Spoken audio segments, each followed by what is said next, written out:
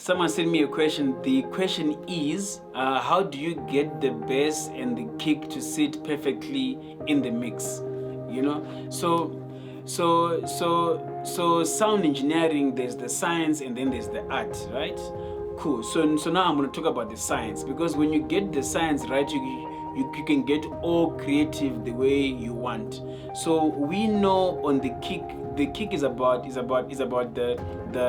thump, you know. The kick is about that also tempo, timing, whatever, you know.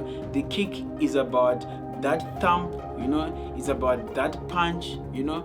The bass guitar is about the whole fullness of the bass, the rumble, the fullness, right?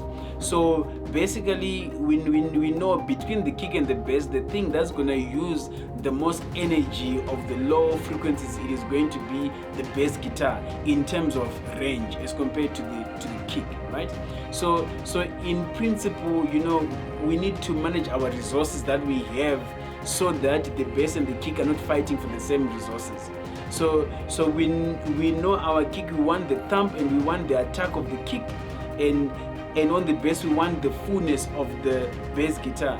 The other way is also when you go on stage and you listen to the kick drum, how it sounds, and you listen to the bass amp, how it sounds, you can also have an idea of how at the most basic how it's supposed to sound in the sound system. So for me, if you get that right, if you get the science right, that you are able to hear the kick, and it sounds almost the same as you hear it when the drummer is kicking it on stage, and you can also hear the bass guitar almost the same way as you hear the bass guitar playing it on stage, how it's sounding on stage. If you get that right in the mix, when you're listening in the front, if you get that right in terms of how they sound first, that is good. In terms of the levels between the two elements, a very simple thing is if you go on stage and you stand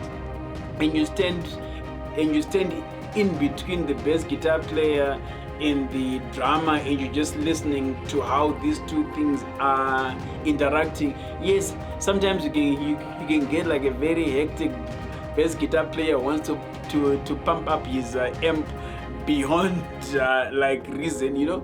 But I'm just saying, you know, if you're able to stand in a space and you're able to hear the bass guitar and you're able to hear the kick drum, that simple ratio of these two things are not fighting, but you're able to hear both of them, that is a good place to start. That is the science. Now, depending on the creative mixing, now, you know, depending what is driving a specific song or a specific genre in terms of ratios between the bass guitar and the kick, that will vary. But I can tell you this, if you get the science right and make sure that you can hear the kick and you can hear the bass in a mix and they are not fighting for attention, if you just are able to do that, most clients and most musicians, they'll be happy with that. Sometimes I say to people, you know, a sound system, basically its job is just conveying or reinforcing what is happening on stage. And for me, it's also just think there is no electronics, you know, everything is playing acoustically. You know what level is acceptable for two things to be in the same mix. You know, I'm like, if you look at it like that, it just makes it easier. That is the science first. If you get the science right, that's good. And then when you then get creative, when you understand more of the artist, the actual performance and the music that you are playing with, and also who's the client and what are the expectations, then you can basically fine tune in terms of creativity.